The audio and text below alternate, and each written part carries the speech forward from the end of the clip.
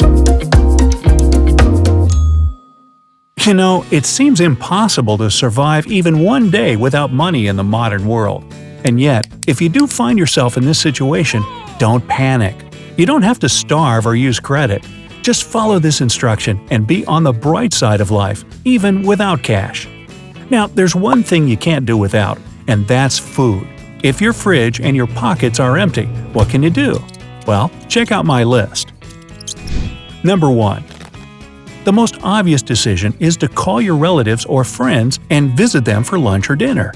You'll have both food and pleasant company. Don't think that it's something to be ashamed of. A lot of brilliant artists, writers, and musicians used this method when they were pressed for money. 2. Ask neighbors to lend you some food, and then invite them for dinner when you get back on your feet. 3. If there are no friends or relatives around and you start feeling hungry, look for food-sharing groups in social media.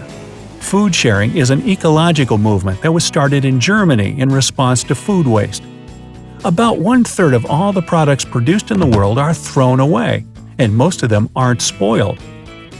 Supermarkets, restaurants, and caterers can utilize food that's lost its presentable appearance but is still good. Some restaurants, food markets, and cafes hold food-sharing events where they cook dishes from leftover food and then give them away for free to anybody who wants them. Some people also gather wasted food from vegetable wholesale warehouses and cook it to spread among those who can't afford to buy food.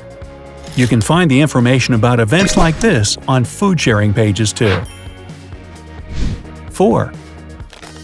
In a lot of coffee houses, you can get a free coffee that was paid for by a previous customer. Just ask the barista if they practice it. 5. Use apps that show free events and vouchers for big discounts at restaurants.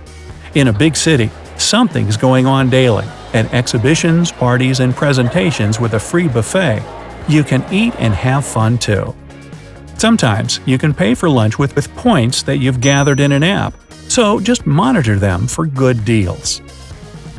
6. Go to a food market where local farmers or small private restaurants are presented. They usually give out free samples, which can fill you up if you go through the whole market. Sometimes you can get a big discount or a free snack if you post a good review about a restaurant on your social media page or fulfill other conditions. Don't be shy to offer an ad in your Instagram if you have a lot of followers. 7. Before people invented money, they used to barter. If you think that's outdated, you'd be surprised. Think about any things or services that you could exchange for food. You can make a post on your social media, in special groups or apps devoted to bartering. You're lucky if you can draw or do handiwork or anything useful. Babysitting or walking with pets is a good idea too. If you have an old smartphone or iPod, or pretty much any device that you don't need anymore, you can exchange it for food or money too. 8.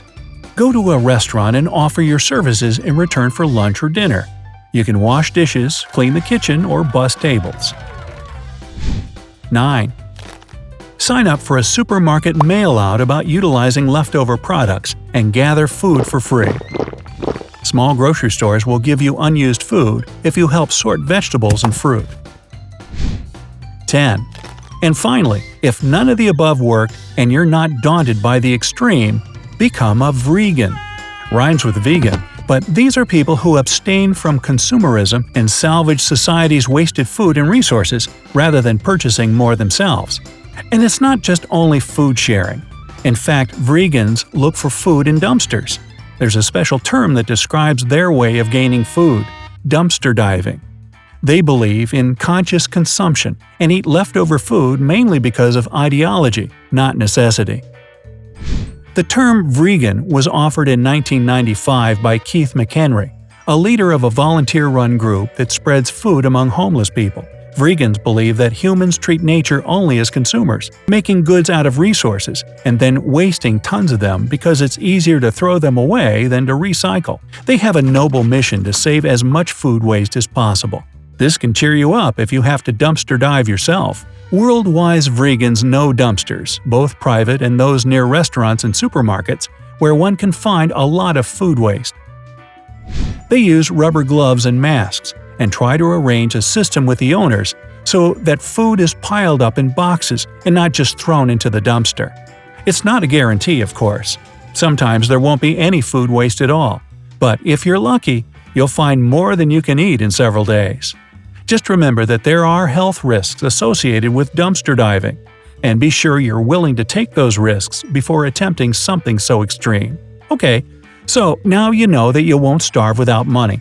But what about other necessities, such as transport, clothing, and entertainment? If it's warm enough, you can ride a bicycle.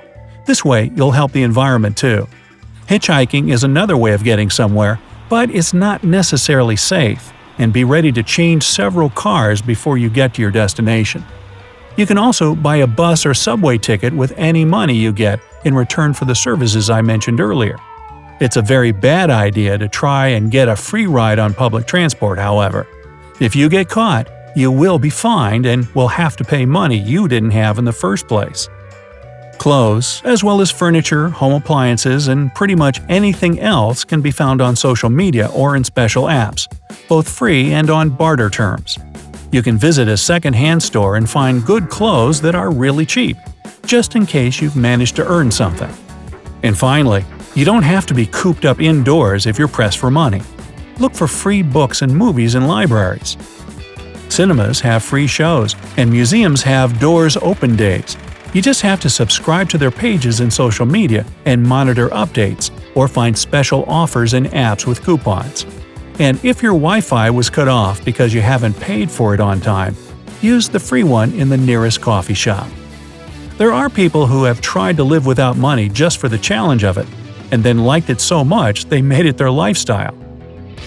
When journalist Michelle McGaugh from London moved to a new house, she made up her mind to sell or give away everything she didn't need anymore. As a result, she got rid of 80% of her belongings. It had a huge impact on her and made her realize she was stuck in a cycle of consumerism, earning money to buy stuff she didn't really need, which wasn't making her happy. She took a step further and spent a year without useless purchases. She had about $37 a week, which covered 3 meals for herself and her husband a day, toiletries, and house cleaning products. Soon she found it wasn't difficult to save money. Small purchases we don't pay attention to can turn into huge expenses. Michelle counted that she spent $490 in a year on coffee, even though she doesn't like it that much. It took her more time to look for special offers on products and get to work by bicycle, but the result was worth it. She got richer and wiser. She was able to pay off a big part of her mortgage and realized she doesn't have to stay indebted to the bank for another 25 years. She says she won't always stick to such an extremely frugal lifestyle, but definitely won't buy tons of useless things anymore like she used to. Do you have any more ideas on how to survive without money? Let me know down in the comments. Hey, if you learned something new today, then give the video a like and share it with a friend. And here are some other cool videos I think you'll enjoy. Just click to the left or right, and remember, stay on the bright side of life.